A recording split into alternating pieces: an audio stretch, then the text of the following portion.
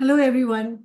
A very good morning to everybody in India, and good evening to people outside of India, or good afternoon, depending on which time zone you're signing from. Welcome to the Red Pen's postgraduate team session on understanding a 3-year bachelor degree versus a 4-year bachelor degree. For everybody who's already started, who are already sitting in front of their screens and are attending the session, thank you for being on time. We really appreciate your punctuality. For people who might just still be logging in, we're going to wait for them. So give me about 30, 40 seconds. And while we wait, I would love to get to know you better. Can you go ahead and in the Q&A box, let me know which year you are in. And you could even tell me which year if you like. You could tell me what you're studying.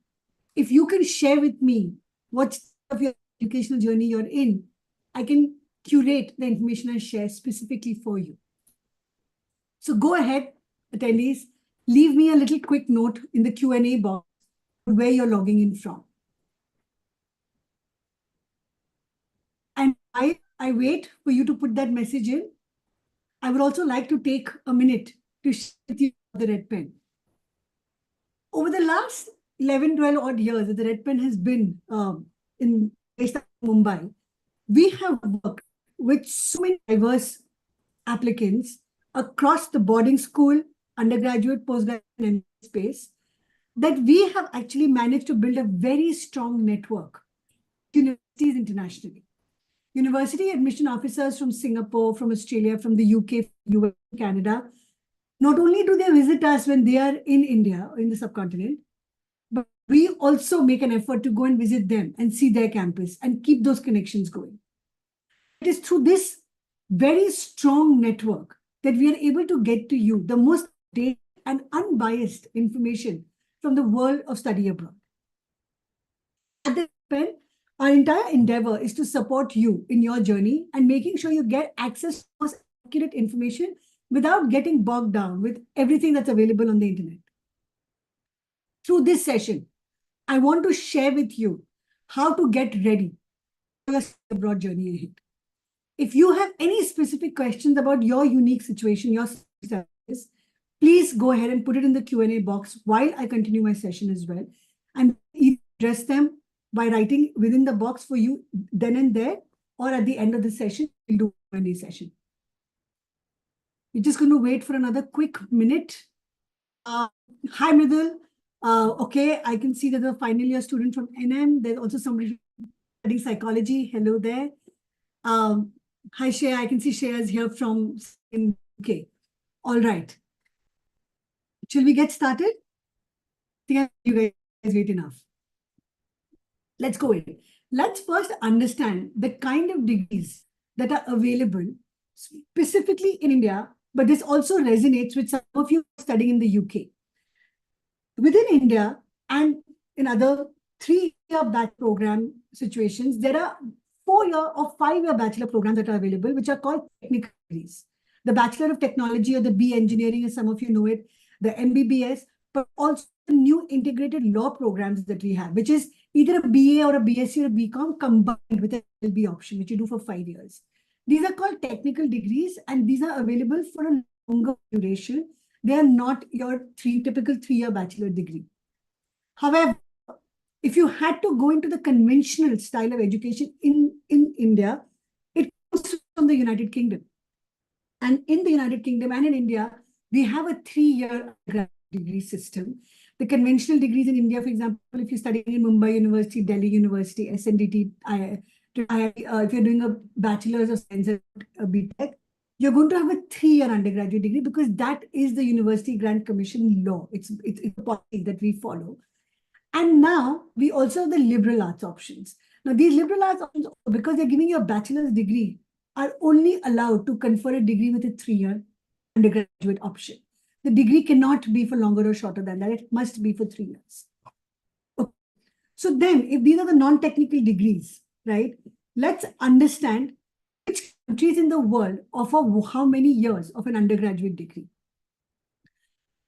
As I said, we get our system from the UK. So all the Commonwealth countries for the British system. So we have a 3-year bachelor's program. The UK, Australia, New Zealand, Europe, and Singapore.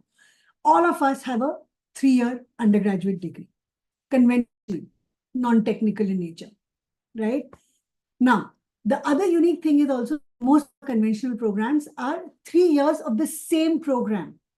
If you decide to doing economics for the year 1, for year 2, and year 3.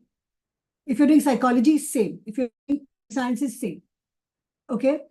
The liberal arts options, which actually originated in the United States, very unique from the UK system, was that you could declare a major going into college, or you may not have to, but you would go into college and do 2 years of core studies. Everybody would do core studies, whether you're an engineering major or a science major or a psychology major, it wouldn't matter.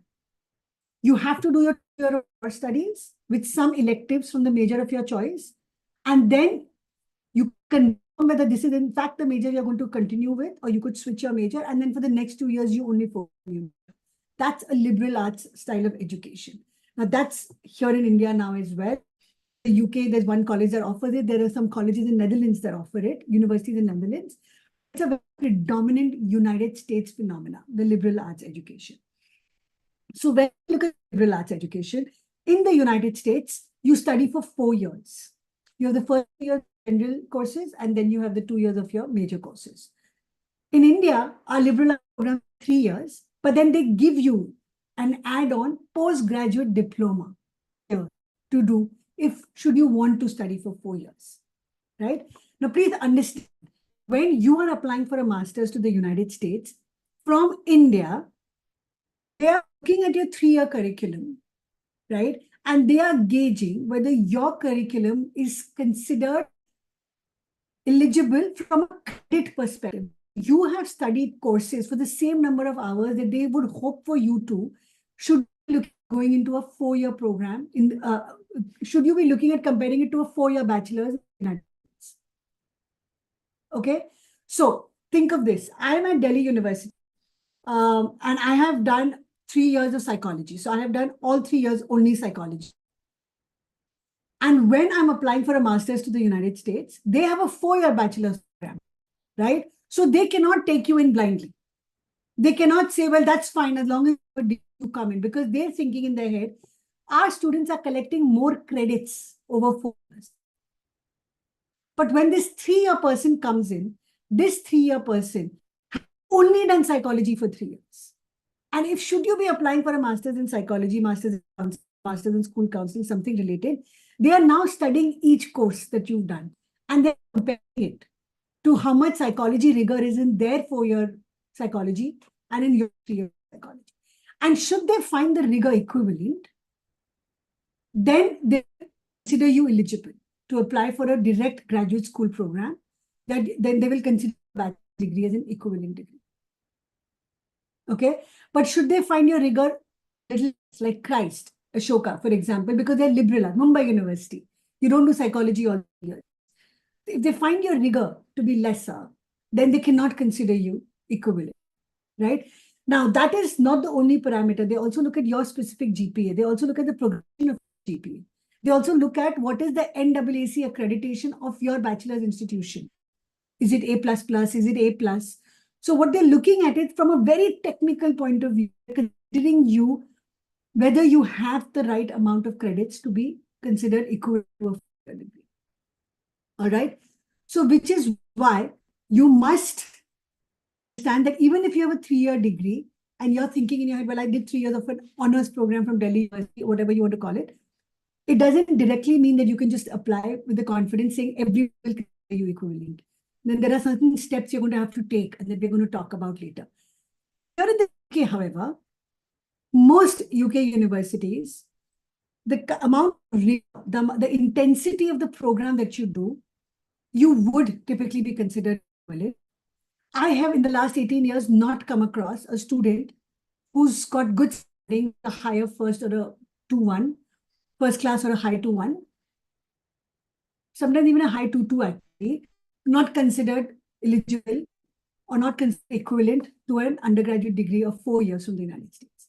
So if you're studying for 3 years in the UK, in Singapore, in Hong Kong, in Australia, your rigor is more often than not considered equivalent. You still have to go through that technical steps that I'm going to talk to you about later, but you can still rest assured. But you'll have to look at your own scores to be able to gauge whether you should have a plan ready, or what should be your plan B.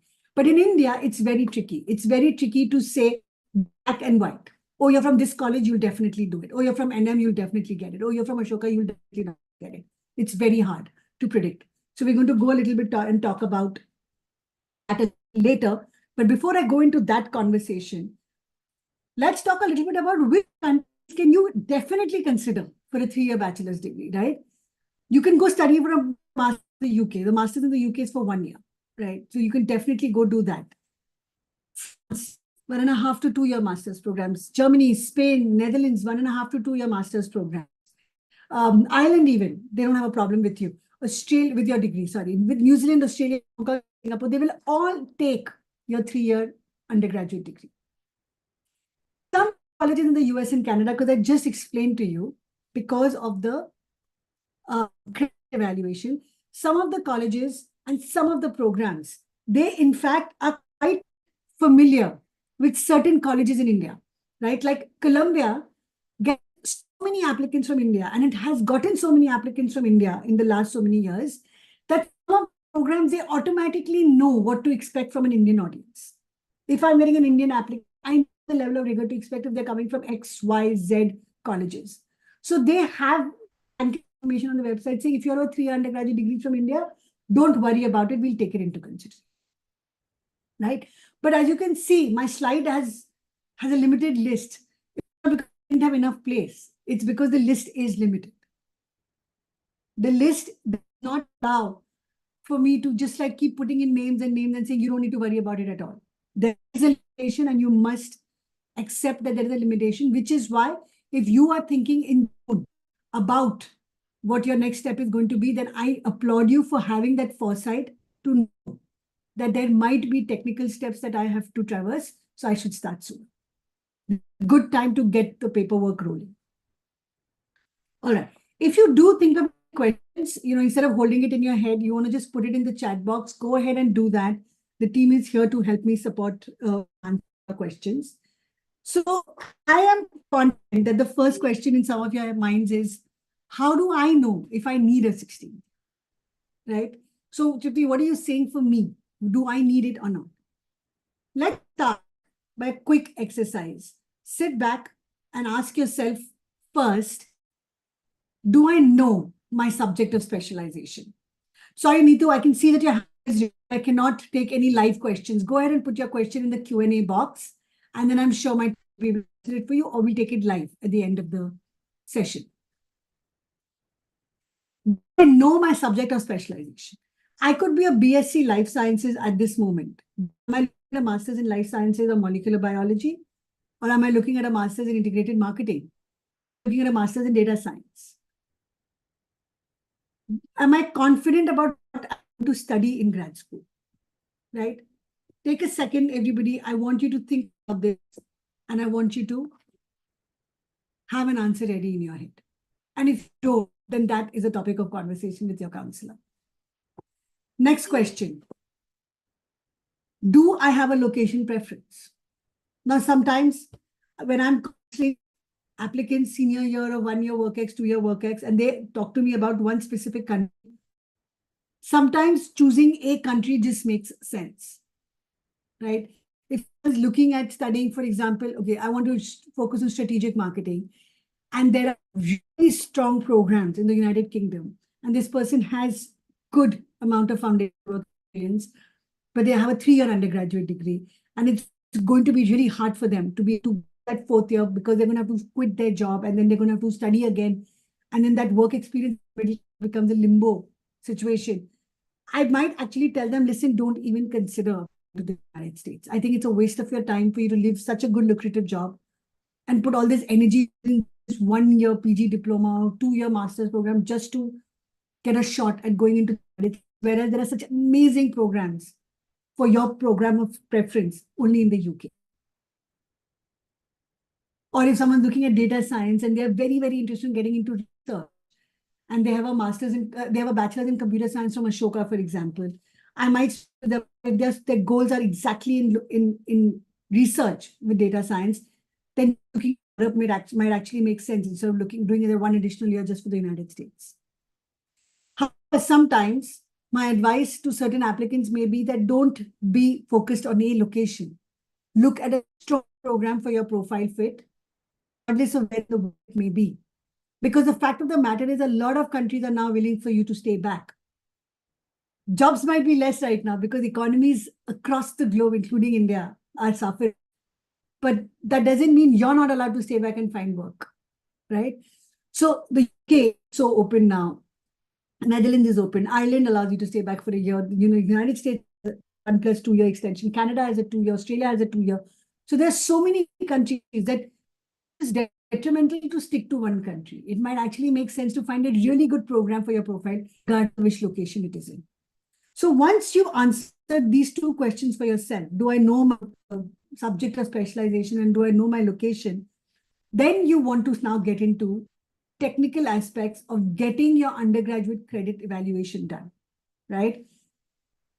NACES is a North American credit evaluation service company that has two services on their website, one for United States specifically, one for Canada specifically. Okay. NACES has many companies within it. One of the companies that I'm talking today is World Education Services, which has two services, one for Canada specifically, one for the United States specifically. There are other companies as well that you could choose. I've just chosen WES because of, as an example here, but also because it's one of the most popular ones. When I'm working with applicants and I'm researching for them in the university requirements, WES is common across the board. I think I've come across, University of Southern California, one which doesn't accept the WES. And I think one more college sometimes say that, listen, I think it was University of Illinois, Chicago, that says, listen, we have our own credit evaluation system. So you pay us the $100, don't bother getting it from a third party. But other than that, 99% colleges are going to accept a WES report. So that's why I used it as an example. Go to the website. If you've already graduated, you can use their free evaluation calculator, put in your scores, put in the name of the university, put in all your details, and they could give you an unofficial report saying typically it looks like your credit evaluation will be fine. In which case you pay for the credit by credit evaluation service. And then you can get services, you can get the report evaluated. And then as your college shortlist is ready, they tell you, okay, do you want to pay to send it to 5 more colleges or 6 more colleges? And then you can keep paying extra for the colleges. So that is something that you should go ahead and do, especially if you've already graduated. Okay. If you are yet to graduate and you're just entering your senior year this year and you want to do this, my recommendation is to wait till at least your first quarter is done. So wait until October. Assume you're getting it. That's fine. Get a college list ready. Have other country options as well as a US option in your college list. Start working on your resumes, your recommendation strategies, hire your counselor, is going. Act like you're applying regardless, but have another college list should you not get it. Around October, when you've already had July, August, September, you spent in college, and there's a sense of, okay, I can now safely request my college to not only send documents, but also send the syllabus and the curriculum of this one academic year that I'm going to be doing. Hopefully that should give them enough information to the WES people to be able to give you analysis in your ICAP report that, okay, at the end of this year, you will be. All right. But unfortunately, not all of our colleges are able to provide the information that WES wants. And WES wants that information directly from your college. They do not want you to have senior mark sheets. Okay. So really what they want you to do is they have a form. Once you fill up your account and you're ready to buy their service, there's a form. They expect you to fill it up, give it to your college. It's a request form to your college to send the details directly to WES. And most colleges now, because of COVID, actually had an online system where they were doing this. If college doesn't, then you're going to have to probably kind of guide them on how to do this. And they can send a courier. Maybe they charge you for the courier. You can do that, but ideally it should not go from you because it is known to reject. So you paid the money and everything, and then after 8 years of the report, they send you an email saying, I'm sorry, we're not going to evaluate you because we've rejected you because it's not confidential. So please make sure that you do this confidential process. Should you be entering the third year around October? College has enough time to prepare that syllabus of that last year and then send that through. And then it'll take them about 8 weeks, they say, to send you a report. And then when they email you the report, you can see whether they've said we do not have enough information, in which case, look, they still have your money. So once you get your file, you can actually send it to them and they'll add it to your file. But that also means that you potentially cannot apply for the following year in the United States to colleges that specifically want that 16th year of education from you. I know this is a little too much, and I'm wondering some of you are getting a bit overwhelmed. But don't worry, I will repeat all of this as many times as you need me to. You can go ahead and put the question if you didn't understand something, and then at the end of the session, we can definitely repeat certain sections for you. Right? Moving on.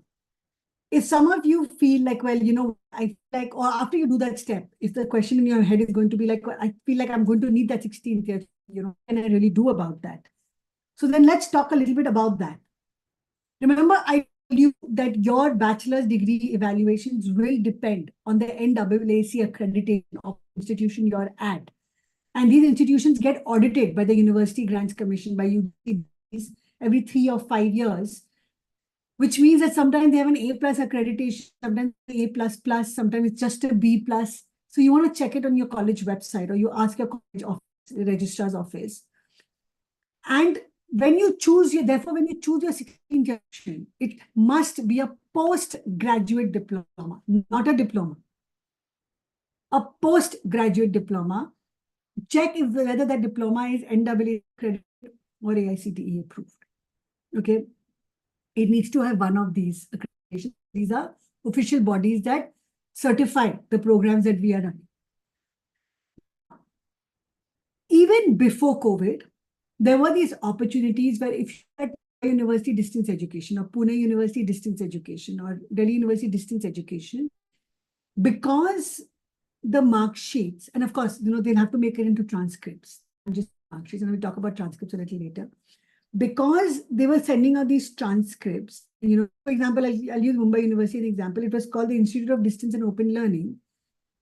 It said distance and open learning, but it never really mentioned the words online, virtual, nothing.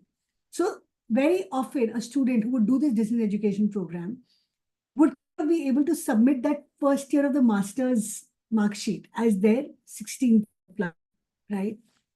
During COVID, it was absolutely okay to do online programs. I know Pune had some online marketing PG diplomas. I know NMIMS had a very strong online program.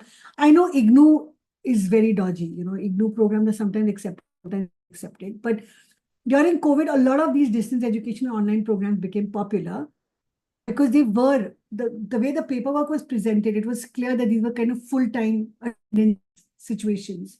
So the universities didn't mind it. Over the last 3 years, I'm noticing the universities are becoming more and more aware that students could potentially just be in a education program and not turning up for lectures and stuff, versus a program that is full-time in nature. So you want to make sure that anything that you're doing is, of course, they've got accreditation, but also it's presenting in a way where it doesn't look like you're not going to college, you're not fully engaged, right? The fact of the matter is that we know that in India, a lot of our distance education and stuff is full-time, but they don't need us to attend very often. But nothing in the paperwork that the college submits on your behalf or the institution submits on your behalf should indicate that you did not attend, you were not present on campus full-time, or it should not say this person is not expected. The language has to be very technical in a way that it just like them being able to understand that transcript as an actual transcript versus raising red flags in their mind. Right? My honest, it's old school advice is stay away from doing all of that. If you a regular PG diploma, for economics, Meghna Desai has a PG diploma. I know liberal arts colleges are adding that one additional year that's coming up. There's also Indian universities now, since last year, the UGC has allowed universities to add a 16th year, right? The 4th year, honors year, or research year, they're calling it. So try and stick to something that is more legitimate, that is more credible, that will add value to the technicalities of your paperwork without raising any questions. Of course, if you have a very unique situation, I would recommend you reach out either to the university directly to get clarifications, or to an experienced counseling house, independent counselors. Not making money out of you, so they're not going to misguide you. They're just going to be able to share the honest, objective information with you. Right? I would definitely recommend that. I have also known students to want to study, go ASAP. Like some of them are like, well, I'm so ready to go that if I don't get my credit evaluation, I'll go just a 1-year master in the UK. And after that, I may want to, then a couple of years, I get an extension on my, I might go to the US and then do an MBA there, or I might enroll for a PhD program, or I might do another master's. So some of them use that 1 year in the UK as their bridge. Some use a foundational year because they just didn't graduate with a very strong GPA from their bachelor. So they use 1 year pre-year masters in the UK as their 1 year program to kind of build that bridge, and also use it as the 16th year. So those are some of the things that you can do. I mentioned this very briefly, but that 4-year bachelor's degree that is started in India, right? I think that, it's not adding a lot of value. And I completely agree with you, because you might end up doing something which is like a concentration, or just 1 year's research. And you're like, oh my God, I can't believe I have to stay back and just do research for a year. Is it doesn't sound as value added to you in comparison to what? So if you're looking, you have a bachelor's in math, applied math, and you want to do a master's in data science in the United States and Canada, you've decided. And you are finding it hard to find a postgraduate diploma for 1 year in India. Instead, you are finding internship opportunities that's allowing you to really work and get your hands dirty. Now, imagine if you're like, well, I can't find any good PG diploma, all I'm finding is this part-time work opportunities. So then if I just stay back, or if I just do the research paper, now I'll have research in my resume also to talk about, and I'll have this internship project to talk about as well. So when you are thinking of what your 16th year needs to be and whether you stay back for that 1 year and do it or not, don't ask yourself that question in isolation. Ask it to yourself in the context of, okay, then if not this, what? Okay, because it is a strategic building.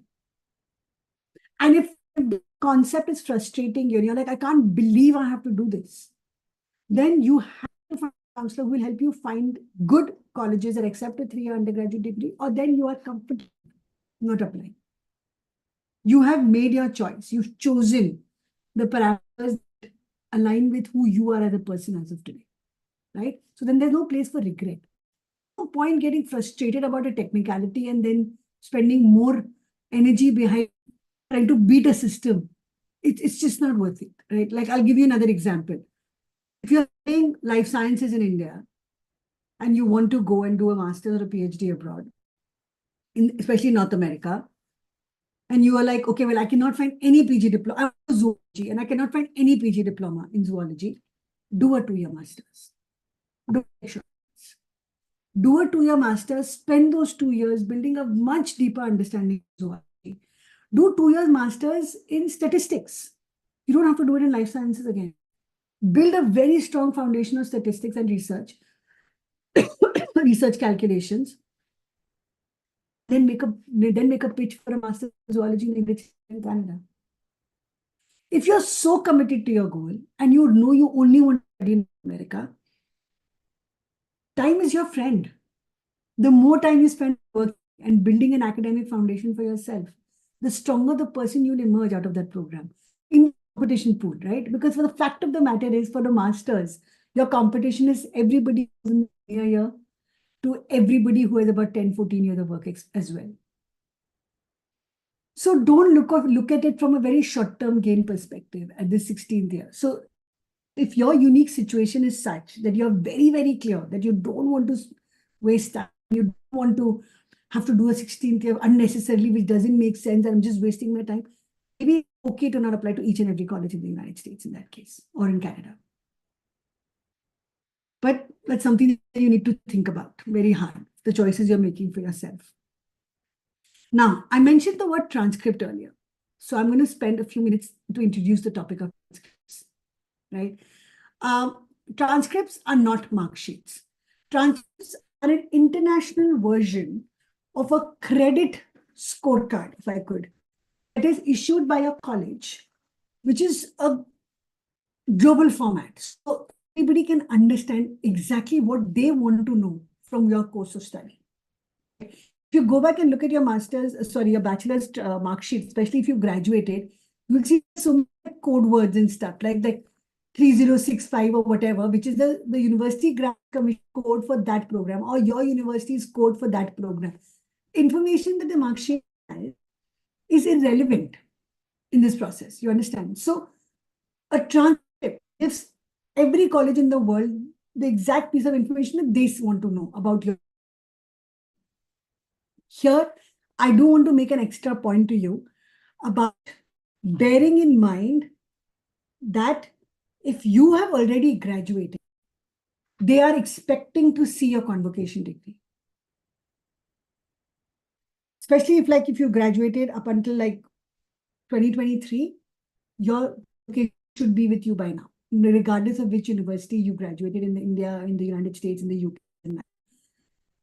If you graduated just now, May, June, and it hasn't come yet, it's definitely going to come by December. And if it doesn't come by December, the bare minimum document that you definitely have is a passing certificate, right? So you want to make sure that you attach that passing certificate to that PDF that you submit of all the transcripts. And you can submit a form directly. The official format can be sent later as so when you make a PDF of your transcripts, you can just add the passing certificate there. And you can put notes saying that, I'm due for convocation to be conferred my degree in a convocation ceremony around this time of next year, or July 2025 or whatever. So you give them context. You're telling them that, well, I have graduated and it's going to come then. Sometimes I actually work with applicants who find it very hard because, their passing certificate got delayed, especially during COVID. It was horrible.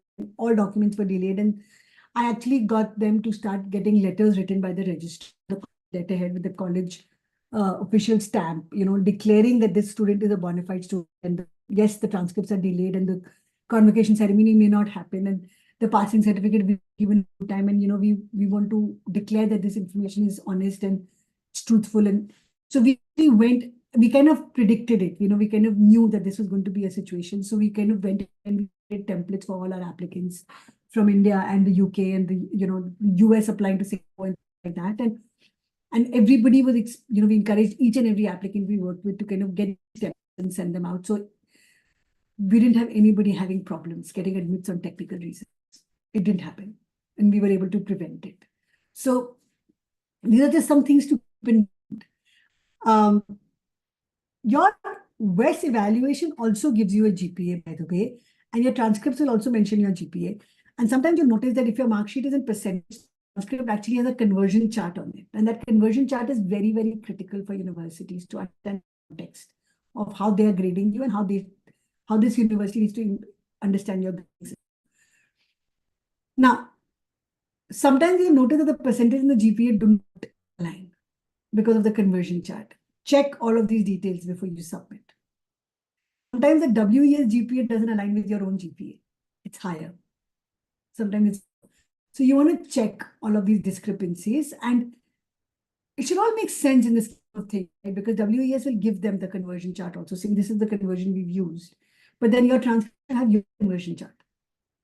So that university can see the context that your college has used for conversion. That's very, very critical, right? These are technical things. Your transcripts for first year, second year will definitely be available by now. So you can already apply for that college, and then October, November, you can apply for that next semester mark sheet transcripts to be added, so that you don't have to wait and go to them. And at that time, they have so many students applying for transcripts that they don't have time to kind of go back and forth with you on some of the technical issues that may come up. So you want to just end all of that. All right. So this brings me to my actually final conversation that I wanted to have with you, and then we can move into the Q&A round, which is that why should I do all of this? when you consider that you're looking at fall 2025 for your application, then you must be aware that all your deadlines will be in December and February. So use mid-December as a place to finish your applications so that you can have a stress-free year break. But also that if you're in your final year, you can focus on your exams. So if that be your goal, that okay, by mid-December, everything should be ready, whether I choose to submit or not. If you're sitting in mid-June, almost to the end of June, actually, you're in good time to start planning all of this technical documentation with college. Find out from them, how long will you take to issue transcripts? How many copies can I get at a time? Sometimes colleges ask money for copies as well. So you may just want one copy of 500 rupees or they're charging you 100 or whatever. And then you can get photocopies and get them to stamp it as original copies or true copies or whatever. Versus spending 500 rupees per transcript. You can spend 15 rupees extra and then just get stamps or whatever. I don't know if they do stamping for 15 rupees anymore, but you can start to knowledge about that now.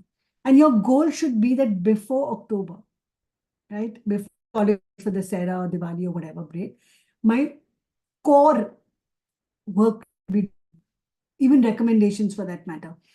A lot of the colleges, and then they'll ask you to fill up that form, give it to your teacher, then the teacher will give the letter of recommendation to the college office, and the college office will print it on the letterhead, give it to you, to the teacher, get it originally signed by the teacher, give it back to the college, and the college will stamp it. And then that's your recommendation that now the teacher will pick up from the college office and submit on your behalf. So you want to make sure that you have a lot of the details of how long the college office will take to do all these moving parts so that you're on top of your deadlines. Yeah. Okay. Super. We are well in time because this brings me to the Q&A round and we can all now talk about what questions you have. Okay. So if I have a 3-year degree, do not have the bandwidth to do the 16th year, working professional, decade of experience, will I still be able to apply for a master's in finance in the US? Absolutely. Look, there are colleges that will accept you with a 3-year undergraduate degree. Your work experience will make you competitive in that pool of application. There's some colleges that do not allow you to apply without the 16th year. It's okay to not have them on your list. What I recommend is that since you've already graduated, apply for VES right away. Don't even wait. Go for your VES right away. And the minute, wait, where is that slide? And the minute you get your VES report, you'll know exactly whether you can apply to all colleges or only to some of them. Don't let that hold you back.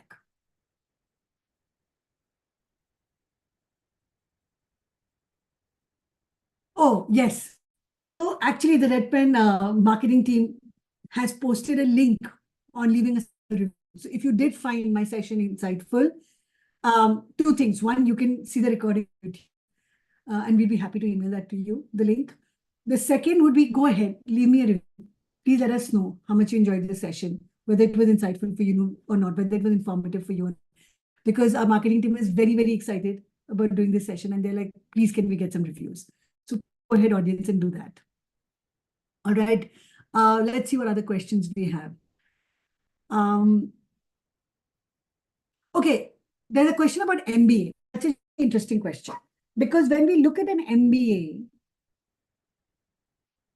Masters in Business Administration is very different from Masters in Finance. Right? That's first and foremost. If you're looking at an MBA, even if your specialization is in finance, most colleges will be okay with a 3-year undergrad. I think there are a couple that are not. Like I know Haas, UC Berkeley is not.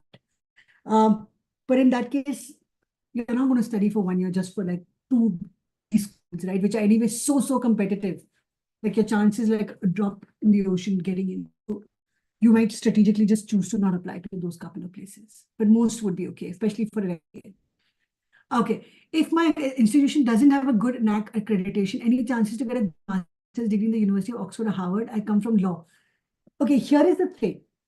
For don't need a 16th year. All right. Now, if you are looking at the standing or the pedigree of your institution, there are two things here. How will you showcase the rigor of your institution? Forget the knack. The fact that the university is registered with UGC, okay. So that's the bare minimum. Think of ways where you can explain to Oxford or Harvard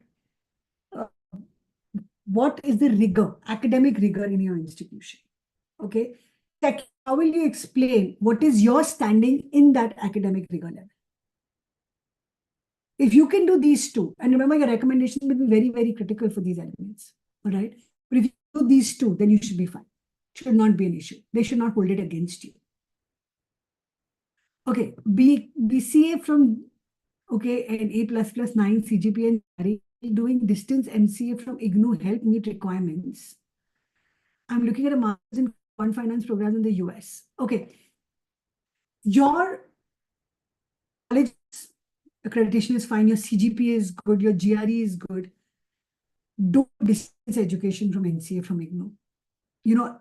Okay, let me not be so black and white. Why don't you first, Pranav, have you graduated? That is the first question that I want to ask you.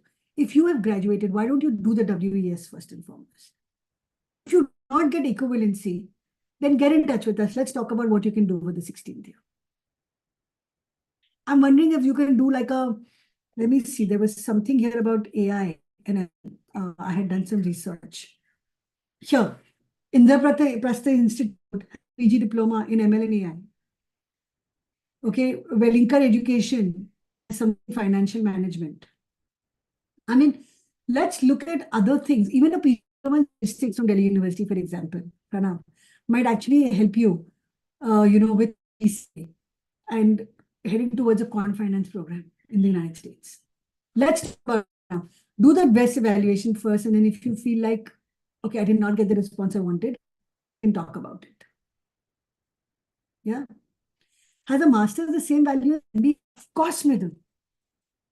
The thing is, you must know what are your goals going into graduate school, Mridul.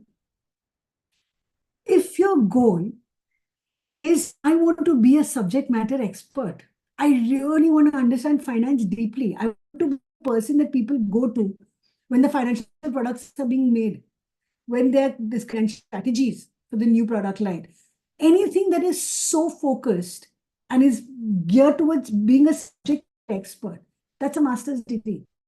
And every country in the world, every company in every country in the world, they recognize that about you, that you are a subject matter expert. MBA in finance is about leading a team in the financial sector. They teach you finance. They don't make you an expert in finance. Right? Like Pranav mentioned, he's thinking of quantitative finance. Could be at financial engineering, Mridul, or general finance. You could be looking at pure wealth or asset management.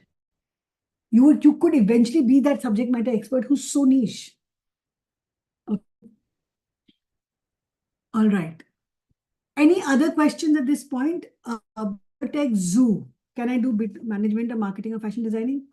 Depends on what you want to do first. What do you want a master's in? If you want to do a master's in genetics, right, or marine life, then don't do a fashion design, right? But if you want to do a master's in marine life and you do a PG diploma in management and your strategic goals are that I want to be able to manage a very large marine life sanctuary, right? Or I want to work with the zoos in Singapore and focus on their marine life and how they did whatever, then sure, absolutely PG diploma in management will align with those goals. So your PG diploma must align, right, with your goals. Then it would make sense. Absolutely.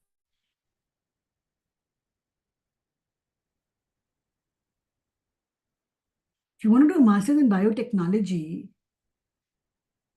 and I was saying the person who spoke about the zoology thing, do a master's in PG diploma in data sciences or ML or AI. Bring the tech in for that 1 year, right? Because you got the zoology covered. bring the tech in, then self-explanatory.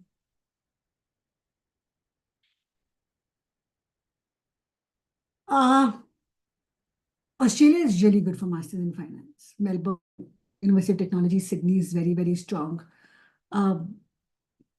Anything in the hub of Sydney, because Sydney is the financial capital, you should be okay with. Germany for finance. Do German university have finance programs? Yes. Should you consider it as a primary goal to study finance in Germany? I don't think so. I mean, you're probably choosing because I have so many friends in Germany. I want to go live in Germany. I want to use this as an opportunity to migrate into Germany. I speak German language. I love their food. I'm just born in the wrong country. Then sure, go study finance. There will be one or two really, really good options, but other than that, no. Copenhagen Business School in Denmark is a very strong finance program. Frankfurt School of Management has a strong finance program. Yeah, that's the one school in Germany that I would highly recommend for finance, because that business school in itself is stellar. That business school end to end is amazing. Frankfurt School of Finance and Economics, a very fantastic school. Stockholm School of Economics is a very strong finance program. Right, so some of these other European schools have a stronger finance program. Right. What is your view on this one college ka BSc Finance, which is a 3-year degree? Seniors for US. Oh my God, Neetu, we worked with so many of your seniors on this specific question. Why don't you email us and let us answer this question for you very specifically? Most often than not, an NMIMS student is not going to get the 16th year equivalent. So you're going to have to look at a 16th-year option. So yeah, get in touch with the team and then you can ask them the specific question and say, I met Tripti on the webinar and she asked me to email this question to you. And then we'll answer it. All right. Any other questions? Yes, I agree. Ireland is fantastic. Ireland has very strong business schools. Ireland has a lot of tech work happening also, right? So, with so much focus of Google and there's better out there, all the other industries have kind of taken over, and also you that 1-year extension on your visa, which is fantastic. And Dublin is beautiful, beautiful place to be in, So definitely.